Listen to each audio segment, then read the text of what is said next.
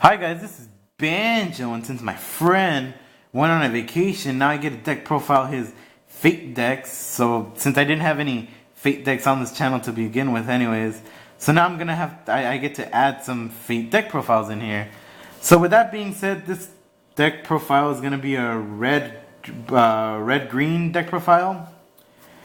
And basically most of the cards are from Fate Zero, with maybe some cards in there from like the other Fate sets, since they have like 50 sets. That's why they're like OP, because they have a bunch of crap you can like play around with.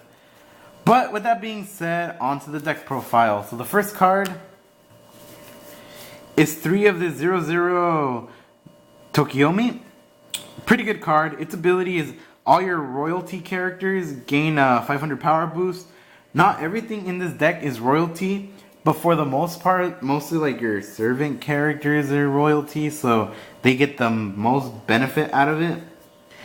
And it also has the ability where you can pay 2 and rest this card, and choose a servant character in your waiting room and return it to your hand.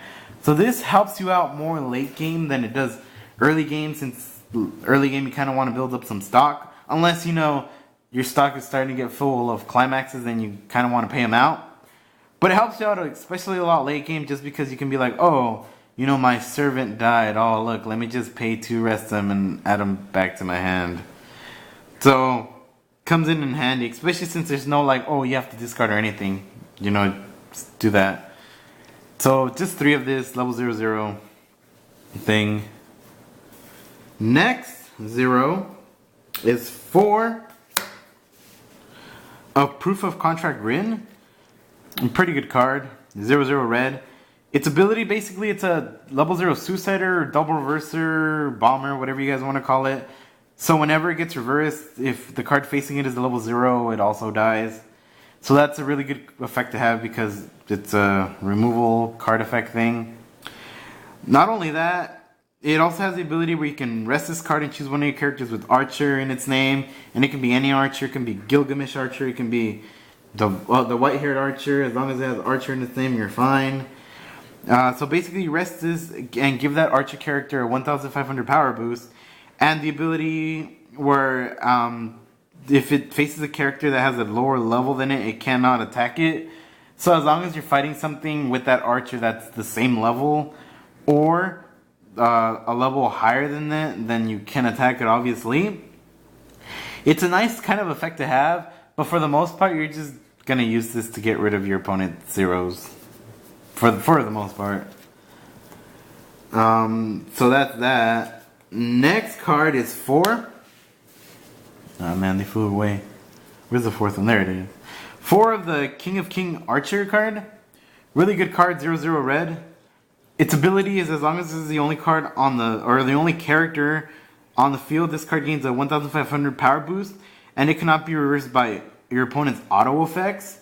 So just like this 0/0 level suicider thing, how it has its ability is an auto ability, it won't be able to kill it unless unless your opponent has some of those like weird removal card things with effects that aren't auto.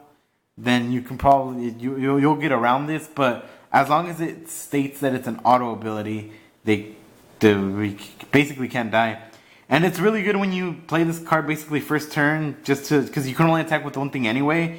You just put him down and be like, all right, I'm a 4K thing that can't be reversed by auto effects, and that's basically what he does. After that, when you start playing cards and stuff, you know, you can probably use them to attack empty slots and stuff, but pretty good effect. Especially if you can also combo it like this, where if you only have these 2 and you'll be like, oh, I'm going to kill something with this, and then I'll probably attack like an empty slot with this. And now since he's the only card on the field, oh look, now he becomes OP. So 4 of him. Next, 2 of this 0/0 green waiver. Its first ability is you can pay 2 when this card is placed from your hand to the stage. You can pay the cost, and if you do, you search your deck for one of these punches. And basically, you show your opponent and add it to your hand. So basically, that's good late game, because early game, you can pay the cost maybe if you want to get rid of specific cards in the climax zone, but For the most part, this card helps you out. Well, at least that ability helps you out late game, not early game. But letting you add that punch into your hand is really good. Especially since there's obviously the only bad thing about it is just by paying 2. You can obviously use this to more benefit when you play late game and your opponent has like an empty slot. You can just pay it in, like pay 2, attack an empty slot, and then have a punch ready. But for the most part, it helps you out with its second ability. When you play this card, you can take a damage and basically choose one of these riders in your waiting room and add it back to your hand. So that's really good because adding cards back to your hand is amazing from your waiting room, and there's no really big repercussion for it. So for the most part, he just helps you out getting the rider at level 0, and then late game getting that punch, unless you want to really play him early game for early game stuff. Now the final 0 is not red or green, but 2 of them. It's the 0/0 Saber's Magical Power Unleashed. So this card's pretty good. It's a Brainstormer. It has the ability where you can pay 1, mill the top 4 cards of your deck, and for any climaxes, you give one of your servant characters a 2k power boost. So this card's pretty good because on its own, it's obviously a 0/0 yellow, but it has 2/5 power. And if you have the booster guy, where'd he go? If you have at least 2 of them, this thing can potentially be a 3k with the Brainstorm ability. But the best part about that is it's the spammable Brainstormer. So you can keep paying because you don't have to rest. You can just keep paying and paying and paying to Brainstorm. So it helps you like refresh when you need it. Especially if you look into your waiting room and you have maybe like 7 climaxes down and you probably have like maybe, let's say like 12 cards in your deck left. You can potentially pay like 3 and stuff and just auto refresh there, so now you have your deck back with climaxes and stuff. So it's a really good spammable Brainstormer, and that power boost does help you out a lot. Sometimes like you get over your opponent's stuff just because you had that extra power boost to help out. So that's it for the 0s, and now we're on to the 1s. The first one is this punch. It's a level 1/1 Lancer Punch. It's a character punch. Its ability is when you play it as a backup, you can choose one of your servant characters and give it a 1k power boost. And it has its ability, when you play it, you give something a 1,500 power boost. So this card is good because you can either split the punch. It's splittable punches. Splittable punches are pretty fun to use, especially if that let's say for example you use that 1/5 to kill one of your opponent's characters. By dropping it, you're like, oh, I beat you by like 500. But giving something that 1k can actually save your butt because maybe like that 1k made the difference from your character dying or not dying. So 2 of this 1/1 green punch is really good. Split punches are always nice to have because you can disrupt your opponent's play sometimes. There's 2 of him. Next, we have 2 of Golden Monarch Archer. It's level 1/0 red thing. Its ability is as long as you play any red climax, so it's any red climax. Basically, he gains the ability where when this card becomes reversed, if the character fighting it or facing it is of cost 1 or lower, you can reverse that character, and he has basically discard on core. So the reason this card is good is because obviously you can discard a card just to basically make him go from from reverse to rest. But as long as you play any red climax, he basically becomes a cost 1 or lower suicider. So basically it's cost, so it's not level, it's the cost. So you can basically get it around killing anything basically from like level 2 and down, because there are some level 2s that basically are 1 cost. So you can potentially get rid of level 2s and lowers with this as long as they're 1 cost. So this card is really, really good. Next, we're going to this guy, the Noble Archer. Oh yeah, and then I think I screwed up, guys. He plays 4 of this. The other guy was hiding, so there was 4 of them all along. But yeah, the other one was hiding in like a stack. But we'll make that edit. Or we won't edit it. We'll just say we did. But on to the next card.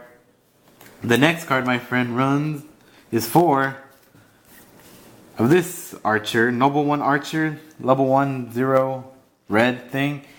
Really good card. Its ability is, as long as your opponent has 4 more characters, basically gains a 1k power boost. The reason this card is good is because it comes in for free. It's basically your beater card, and like for example, let's say you have 2 of him in the back. This thing's automatically a 6, and if your opponent plays 4 more cards, now he's a 7. So he's a potential 7k beater thing. And it works during your turn and your opponent's turn as well. So if during your turn he has 4 more, so now you're at basically potentially 6 to 7, play a climax, he's at like 8, so he's just a beater. And it also helps out kind of a little bit in your opponent's turn if, you know, they can't get over your stuff and they play like 4 more characters and now he gains that 1k power boost. But that's just very minimal, but that's basically his purpose. Just, you know, I'm just as like a 7k beater thing, 8k beater thing. Beat down stuff. Which we go to the next beater. The 1/1 green rider. He's a beater, basically. That level 0 that I told you guys, basically just gets him back to your hand. But he's just a 7k. Obviously, if you have this dude, 2 of these dudes out, he's an 8k. And he's an 8k during both players' turn. Play a climax, he's a 9. So basically, this is your level 1 beatdown thing. You just beat down with him, basically. Just, oh, your things are like 6-5-0, die. So that's basically just what he does. It's just a beater. He has no other ability at all. So now we're going to level 2s. The first level 2 is 2 of this level 2 pay 1 red youth or young successor Rin. Pretty good card, and its ability is basically you discard a card.